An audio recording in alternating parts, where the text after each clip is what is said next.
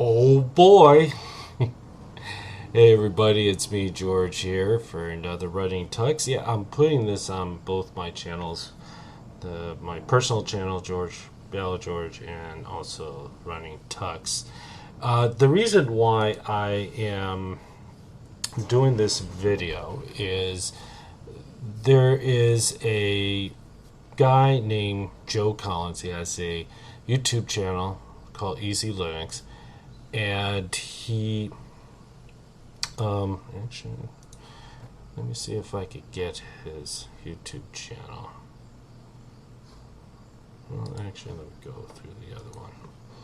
So he has a YouTube channel that he basically talks about, Linux for beginners, and he does a really good job of showing people who want to learn Linux and want to start out and know about Linux, and I think he does a very good job at times. But then there are times where he does not do a good job of presenting information about Linux and explaining it.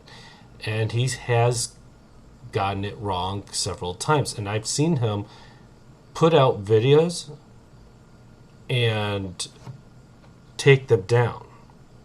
So there's a video that he doesn't have anymore. A day ago, a video after this one right here where it says Mr. Desktop, Mr. Server, Episode 3, Linux Security Tips. Right after this episode, this video, he had another video, okay?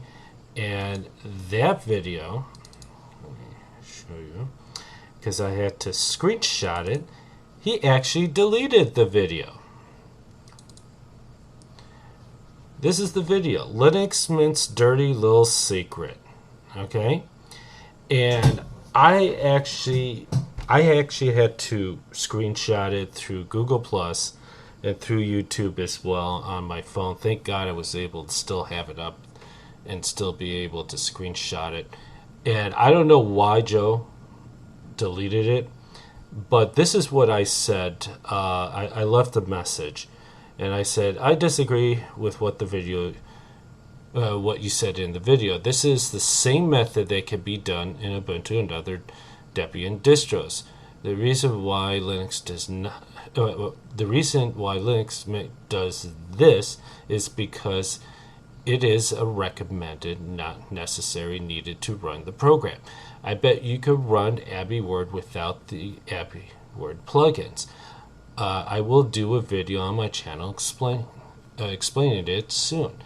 So I did that, and then there was another person here that said, okay, this might be a good debate, so I should follow you. Done.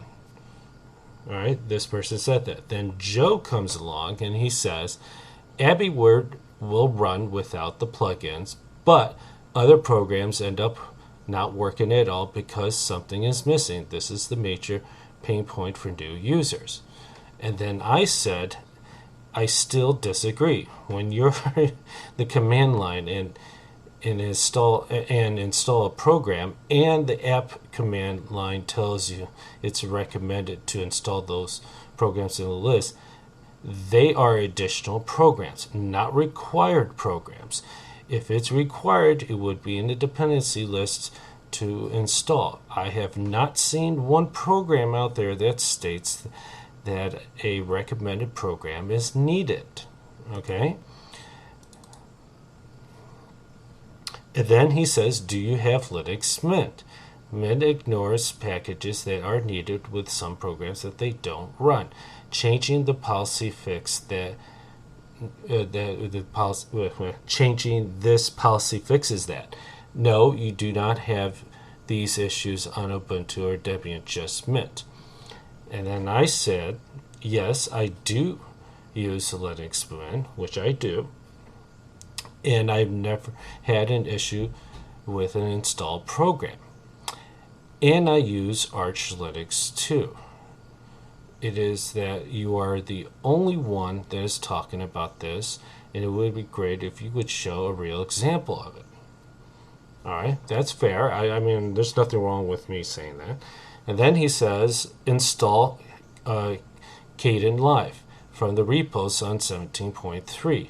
It won't work. Install GNOME Box and it will not work. Even though I'm using no box on Arch that I use. Install Asunder CD Ripper and you won't get the Flex codecs. These are just a few examples. And then I wrote, well, if you look at what people are saying in Kden Live and Linux Mint, the packages are corrupt or missing dependencies. Not that you need a recommended program. They say upgrade to 18 instead of using 17.3 to fix it. Here's a link. Here's a link at Linux Mint's own website. And then after I did that, guess what? He deleted the actual video. So this is the video, broken dependencies. There were over 429 viewed. I gave it a thumbs down because I disagreed. I did not like this. This is misinformation. And there were 53 that gave thumbs up. And here are some of the other comments. Nice work, nice video. Thanks, this was informative. I was asked about the logic after you told it. There is no any, or if there is, please someone told us. Okay, one, there's no logic in the video that he said in here that made sense, and I disproved that by me saying that through the actual comments. I will disprove it in this video as well. Here's another one. Gentoo uses Flex, a reasonable solution with dependency bloat, but Gentoo is a pain on its own right. I agree. It is. It really is. And then here's another one. I actually do like Linux Mint. The way it's dealing with this, I probably wouldn't need those plugins. See? Some person understands what I'm talking about.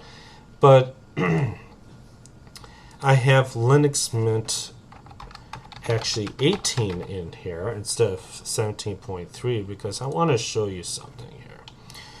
Alright, so I'm going to do sudo.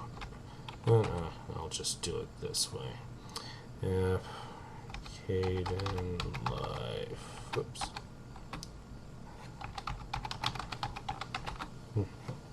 Okay. Oh, I forgot to type it as an install. Sorry.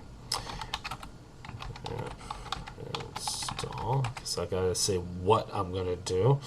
I want to install it. There we go.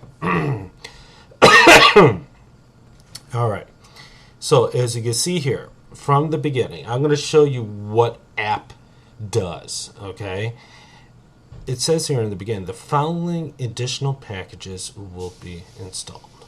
So you got all these packages right here. Then it says suggested packages. Suggested packages are packages that they suggest. That it's not absolute required. It's something that may be helpful. Okay, it has here ffmpeg-docs, k-helper center, whatever, and fam. And then it says recommended packages. These are packages that are recommended but not absolute. And in the Debian information where they do the breakdown, recommended packages are actually, and I'll show you in just a moment, are not necessary.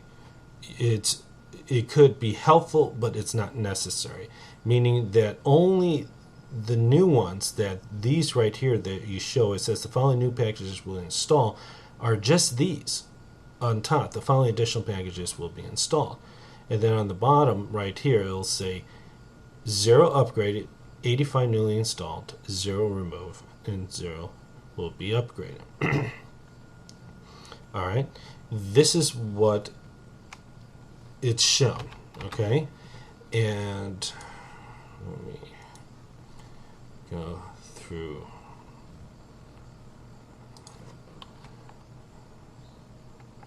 We'll go through Google. Okay. Let's see. Debian.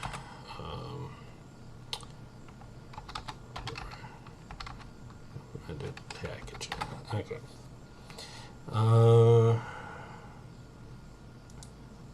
think it's here. Trying to remember. Oh, here it is. Recommend. Now, the meaning of the find dependency fields are as follow. Okay. Right here where it says recommended, this declares a strong but not absolute dependency. Recommended fields should list packages that would be found together with this one in all but unusual installation, meaning that you don't have to install it. Okay, different from where it says suggested but recommended, meaning they recommend that you install these packages to help you with any other issues. Doesn't mean you have to install them. There are programs out there which I installed just the dependencies and they work perfectly fine, and the recommended ones do not. Okay, and just to let the people know, with Kdenlive, and I will install it here on this one. All of Kdenlive's have always had issues. It doesn't matter if you have it at Fedora, Debian, Ubuntu, Linux Mint, Arch, Gentoo. It doesn't matter. They all have the same issues and problems. It's still kind of buggy. I've had people run it and be perfectly fine and then crash. And they say, it doesn't work that well. Well, that means I have to install the recommended packages. No, it's buggy. It is very, very buggy. All right? And I'm not the only person saying this. Here, I'll show you one other thing. I want to show you the link that I found, and I posted it. Where is it? Linux Mint Live. Here we go. Here it is. Okay. Here it is. Linux Mint Community, Kdenlive. Okay. Here are the reviews. This is what people are saying. Look what some are saying. This one right here, 6 months ago. Current packages is corrupt. Missing dependency. Install packages from the author site. Everything is there, but it still crashes, freezes. I'm on a dual quad Xeno. Sorry to do with the video. Got to do Windows. Here's the one. 17.3 really doesn't work. And I upgraded to 18. It was worth it. Okay? It's not because you have to install the actual recommended files and it works. No, it's because it's buggy. It doesn't work well. So if you do it under 18, it works perfectly fine. You do it 17.3, it won't work. It crashes and stuff like that. You know, look what some other people said. Didn't crash like OpenShop was doing constantly. Maybe it's a little complicated at first, but it's not too overwhelming. Did its job. I'm happy with it. Okay, but as you can see here, there are people that are saying this, all right, in Linux Mint. Okay, it's not because you have to install the recommended packages. All right, so now that we installed the program, let's go to Kdenlive.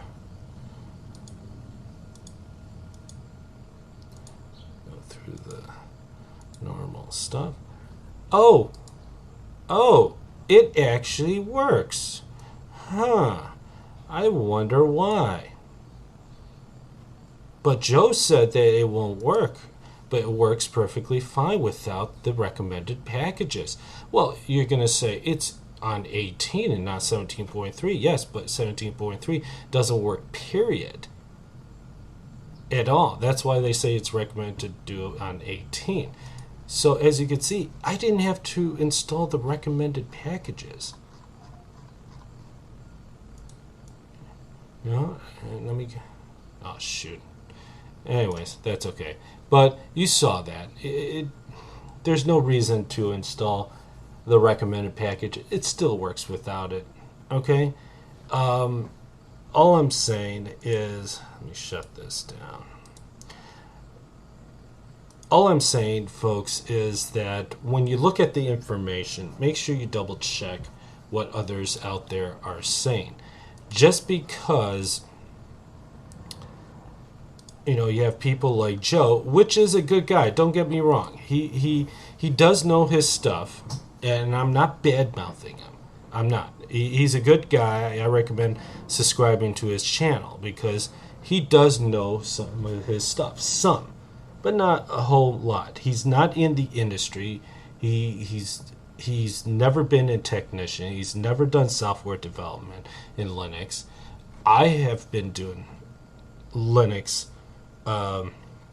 repairs and work with Linux software because I've been in IT for many years, and I did both Windows and Linux. All right, I still do to this day, still help a lot of people and businesses out there. I know the different types of software. I know that one particular distro works better for one type of situation over another. But I'm not going to go out there and put videos out there and say that this is how it works. People who do videos a lot on YouTube, especially in tech, they don't do the reviews or they don't test it out that well before they actually post it on YouTube like I did right here. I knew this for a fact because I double checked my work before I started this video, because I knew that when you use Linux Mint, it's still the exact same way when you use Ubuntu. Alright, Ubuntu still has the same functionality as Linux Mint. There are recommended files that they do that. But I'm not going to sit there and state that it's wrong, this is Linux Mint, and this is how I've always seen it, and then not give a real world example, which Joe didn't. This is what gets me upset with people like him. Alright, so that's all I have to say for now.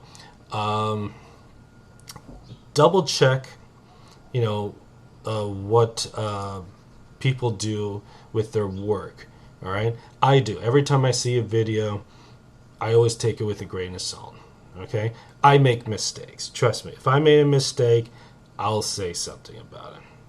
All right, sometimes people do, some people don't. But anyways, that's all I have for now, folks. Let me know what you think about the video, and leave comments down below, and please do subscribe to my channel, and both channels if you can, to both my personal and the Running Tux channel. And I will see you guys next time. Take care. Peace out.